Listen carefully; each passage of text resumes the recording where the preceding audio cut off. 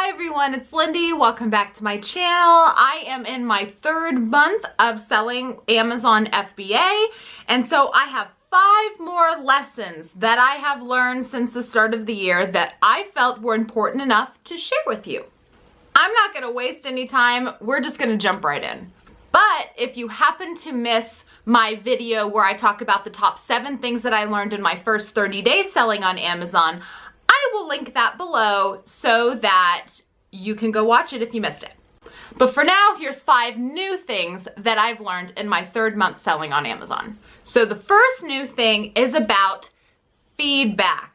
So I do know that seller feedback is important on all platforms. It's what tells our buyers whether or not we're a good seller or a bad seller. And I had my first encounter with a negative feedback on Amazon, and it did not feel good at all. Because I'm a new seller on Amazon, my seller rating is a lot lower, or not as high. Like the number of feedback I have is not as high, I should say. You know, with eBay, I've got a couple of thousand, 2,000-3,000 reviews for eBay, but with Amazon, it's like 5. Like, it's really super low. And so when you get a negative feedback and you have so few feedbacks to work with, it automatically drops your percentage rating down, and it looks really, really bad. You know, you go from 100 feedback down to 60% feedback really super fast when that happens. But what I learned is that you can get negative feedbacks removed instantaneously from your Amazon account, but the review has to meet certain criteria first. If someone gives you a negative feedback on your seller account, but it's a direct product review, it will be removed instantaneously if you ask Amazon to remove it. Somehow, the magical Amazon bots will scan the words of the review and it can get removed.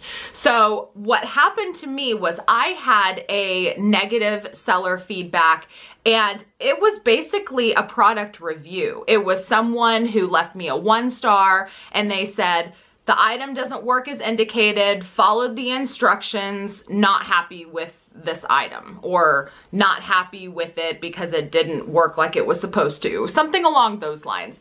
And I'm looking at it like, what the hell? That has nothing to do with how I perform as a seller. That is the product's fault. I didn't make the product. So because my negative review had everything to do with the product and not me as the seller, I just clicked the little review button and it was gone like that.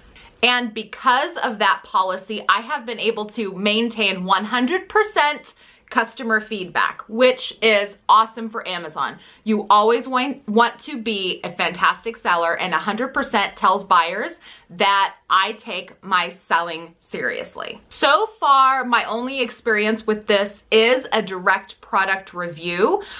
So I don't know exactly what guidelines Amazon uses to remove these from your seller performance, but as long as they say something, and in my experience, as long as they are basically reviewing the product and not you as the seller, you can get it removed if it's not good. The next thing that I learned is that the placement fee is not worth it to me. What is the placement fee, do you ask? Well, let's talk about it. So in my last video, when I talked about having to break up Amazon shipments and send to a whole bunch of different warehouses, I did recently after that learned that you can opt into a placement fee. Basically what that means is you go into your seller account, you opt into a placement fee, and for a small fee, you can send your entire shipment into one Amazon warehouse, and then Amazon disperses it to various warehouses wherever they want it to go. So in theory, that's supposed to be good for you as a seller because you don't have to take the time and energy to take one big shipment and send out various boxes to various warehouses. So it's supposed to save you time, and it's supposed to save you money in shipping. I did it twice and probably not gonna do it again. Here's why. Usually whenever I send items into Amazon warehouses, it the most I've ever seen is like 4 different warehouses. I have talked to other people where they have to break up their shipments into like 10 warehouses, 15 warehouses, 20 warehouses. So where that is the case, I can see that being a benefit. I could see that placement fee being a benefit. But for me, I've only ever had to do 3 or 4 warehouses at most. So I ended up paying for 2 shipments. I ended up paying an extra $150 between those 2 shipments just to send it into Amazon's warehouse, to one Amazon warehouse, and then let Amazon put things wherever they wanted it to go. Now that wasn't worth it for me financially, because I know from experience, I would have only had to have broken up that shipment into 3 or 4 different warehouses. I would not have saved that much money in shipping. So I actually overpaid for processing because it didn't save me any money in shipping. I know it didn't. I just know. And the other reason why I will never use the placement the placement service again is because it took so much longer for my stuff to become available for sale. So much longer. It seemed like my entire shipment was sent to one warehouse and almost all of it was transferred somewhere else. It took twice the time for my items to become available for sale, and I spent more money sending stuff in. So for those reasons, I will not do the placement program anymore. I will just suck it up and I will send it into 3 or 4 separate warehouses. It really doesn't take that much more time. It's just a little tedious and a little bit more of a headache. But to me, it's not worth paying all of that extra money. And I'm gonna have to sit around and wait for my stuff to get transferred again, and then I'm just not gonna do it again.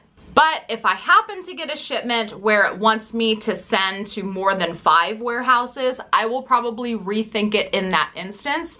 But up to this point, I would rather just send the items direct to whatever warehouses they tell me to, so that my stuff can be available for sale much faster. Because that's the big thing with the placement service, is if you send all of your items into one warehouse, you're gonna have to wait for Amazon to transfer wherever it wants it to go, as opposed to sending it to those warehouses that Amazon wanted it to go to in the first place, and your items are listed for sale a lot faster.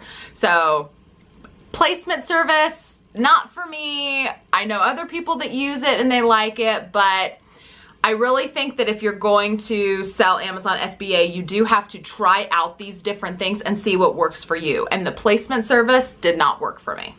The third lesson that I learned is that IP complaints are a pain in the butt. IP complaints are intellectual property complaints. The real downside to IP complaints is that anyone can file one against you and they can result in your account getting suspended. And it's only after your account is suspended can a lot of these complaints be really dug further in depth to make sure that they are valid. So I did an entire video about that. I'll link it below, so I'm not going to go too far into depth with that because there's an entire video dedicated to that. But just know that IP complaints happen, they're a pain in the butt, and you can fight them. The fourth new lesson that I have learned is that if an item gets lost in the mail and the buyer doesn't receive it, you as the Amazon seller pay for it.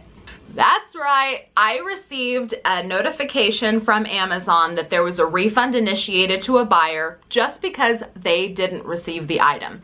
It has nothing to do with me, it has nothing to do with the item. It was just simply lost in the mail, so Amazon took the money out of my account and gave it back to the buyer. Didn't ask me, didn't specify any further action, just took the money. This one, I'm actually a little overly pissed about. I mean, it was only like a $15 item, and with the sales that I've been pulling in with Amazon, you know, $15 isn't make or break, but it is a little frustrating because it has nothing to do with me. I can understand refunding someone because they received the item and for some reason they were dissatisfied and they wanted to return it, but taking the money from me just because it was lost in the mail, That is what frustrates me because I have zero control over that. I am not the Postal Service. I am not UPS. I have no control over transit after it leaves Amazon's warehouse, but yet I'm the one punished and I have to pay the buyer back because the item was never received. Now that did happen a few weeks ago, so who knows, maybe Amazon will file something with UPS on my behalf. I don't know. They didn't tell me that they were going to do anything like that, so I guess the money is just gone. And all we can really do is hope that it doesn't happen that often, because that sucks.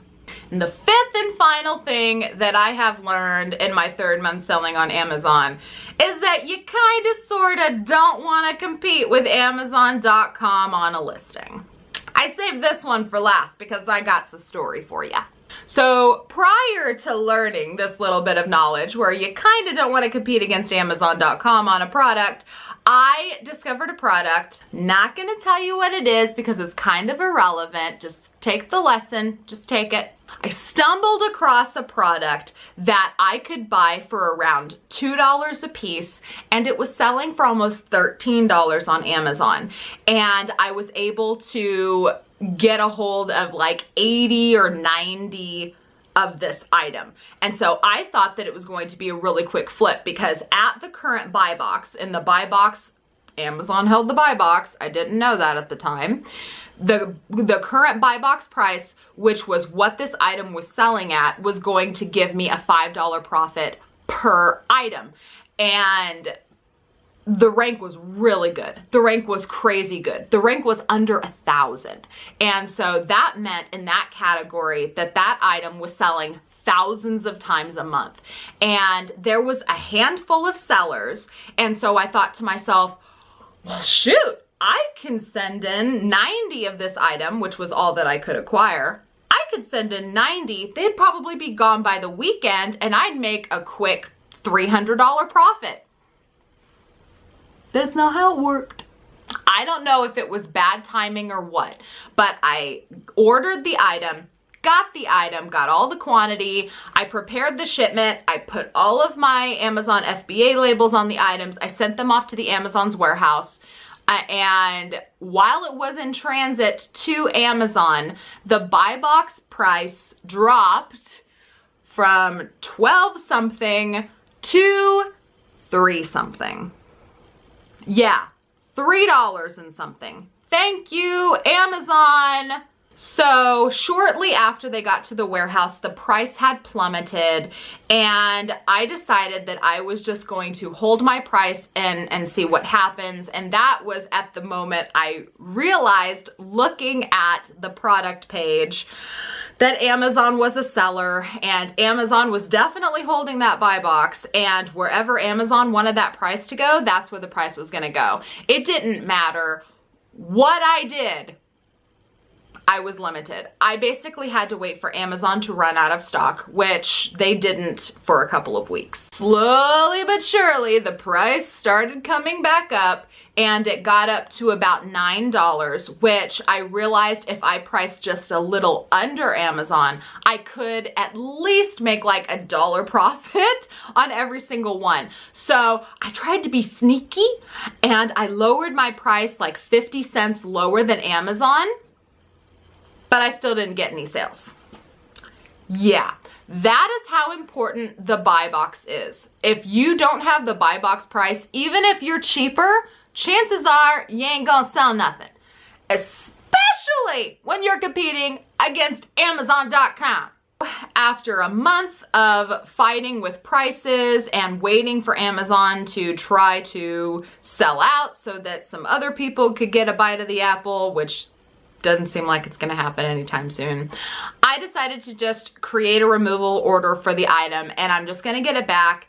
I don't know what I'm gonna do with it. I don't know if I'm gonna sell them locally or if I'll sell them on eBay. I don't know what I'm going to do. But the lesson that I learned is if Amazon is on a listing, you definitely need to check Keepa. You need to see Keepa is a extension for Amazon.com that tells you the sales history, in case you didn't know. I need to check Keepa charts if Amazon is on a listing to see if Amazon ever breaks or they run out of inventory, because if that's the case, that's the only time that you'll be able to sell your stuff, is if Amazon runs out of supply. So as a rule now, if I see Amazon.com on a listing, I really don't mess with it. If I get something in a liquidation or an overstock box that Amazon is on that listing, I'll still go ahead and send it into Amazon, because strangely enough, I do still sell items that Amazon is selling. I just have to price a little bit more competitively. But this item in particular, man, Amazon wasn't letting off that listing. They were gonna make that money. So if you see Amazon.com on a product page as a seller, just know that it's going to be a lot more competitive and your item might not sell as fast because you're competing with a big dog. All right, you guys, those are the 5 new things that I learned about Amazon. If you like this video, please give it a thumbs up so that I know. Don't forget to check the video description. I'll put a couple video links down there, what I referred to. Feel free to leave a comment or a question down below in the comment section, and don't forget to subscribe for more content. I will see you guys with my next video. Bye!